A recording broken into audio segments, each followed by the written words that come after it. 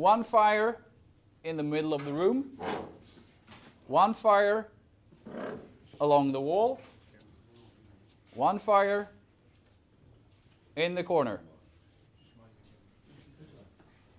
That one goes off, that one goes off, that one goes off. Now it takes a little time for the liquid to get heated.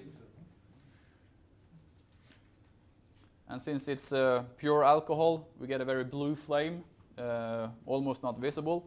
But as soon as this one goes into flames and evaporates, things will change, get more orange flame. Well, you can already see that the corner one has started to affect the material in the corner. It changes color. It goes through the decomposition process right now. Carbon is being formed. All the other stuff is leaving the material. Flammable gases are produced, but maybe still not burning. Might be too much water or something.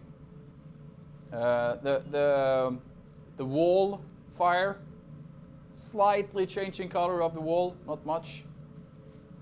In this one we have flames all the way up here already.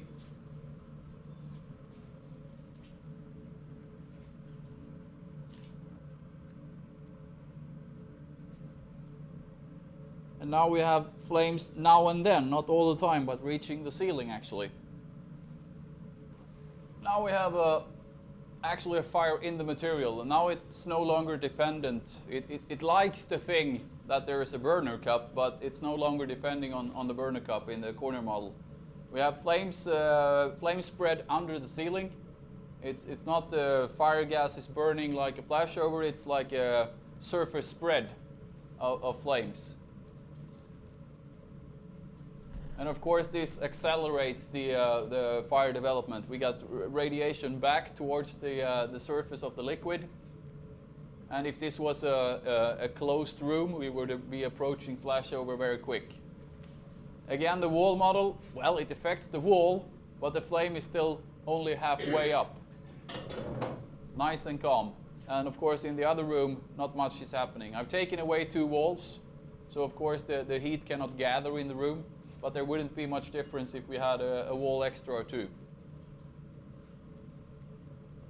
The corner position is obviously much faster than the other 2.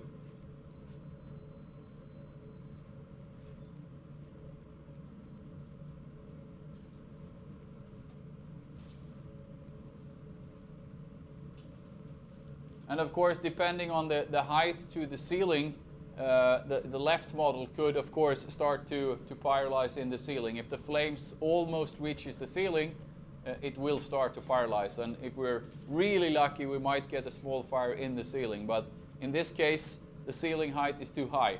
So the flames, at least not until the fuel is consumed, will affect the ceiling in any way that gives us a fire.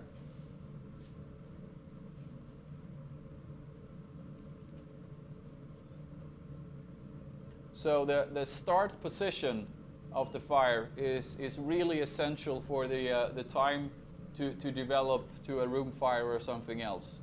Again, those are extremely fuel controlled fires. There's enough oxygen, but obviously there's a reason when we do training in our containers, the start fire is always in a corner.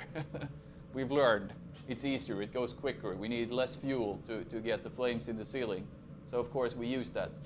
Here comes the fire service. And to be honest, it won't be much more exciting. That one will climb, it will go under the ceiling, but you can see the time difference. It's a very big time difference. Why does this fire develop 5, 10, 15 times faster than that one? And obviously that one didn't develop at all. If we compare this one to the other extreme, where is the heat gone? Where does it disappear? Can we agree at least in the beginning, the heat effect, the heat released from the initial fire is the same? Yeah, it's the same. So where does the heat go from this one? What is it used for? It goes up. It heats the air. It heats the air and the air disappears. Yeah. It doesn't heat the material. Yeah. In this case, it starts heating the material. So at least half of the energy goes directly into the material, which is good if you want the fire, of course. So that's one big difference. And feedback, you said, Ted. Yeah. What do you mean? So at the very beginning, the heat output from the liquefier is the same. But very soon, since the liquefier will get re-radiation back from the walls, it will start to burn faster and more efficient and harder and warmer and whatever. So you will actually get more heat put from the liquefier in this one than in that one, because that doesn't get any radiation back from anything, basically. So very soon, the heat output from the original fire will be greater, actually. So half of the energy, at least, being transferred into the wall pyrolysis is starting, and already before that, the re-radiation back will increase the heat output from the initial fire. And as soon as we get burnable gases leaving the material, we will get more flames. Flames is what actually, in this case, are producing the radiation. More flames means more radiation back, and also radiation to all other objects, other walls and to the ceiling. Why does the flame grow higher in this model than in this model? Let's take this one from the beginning.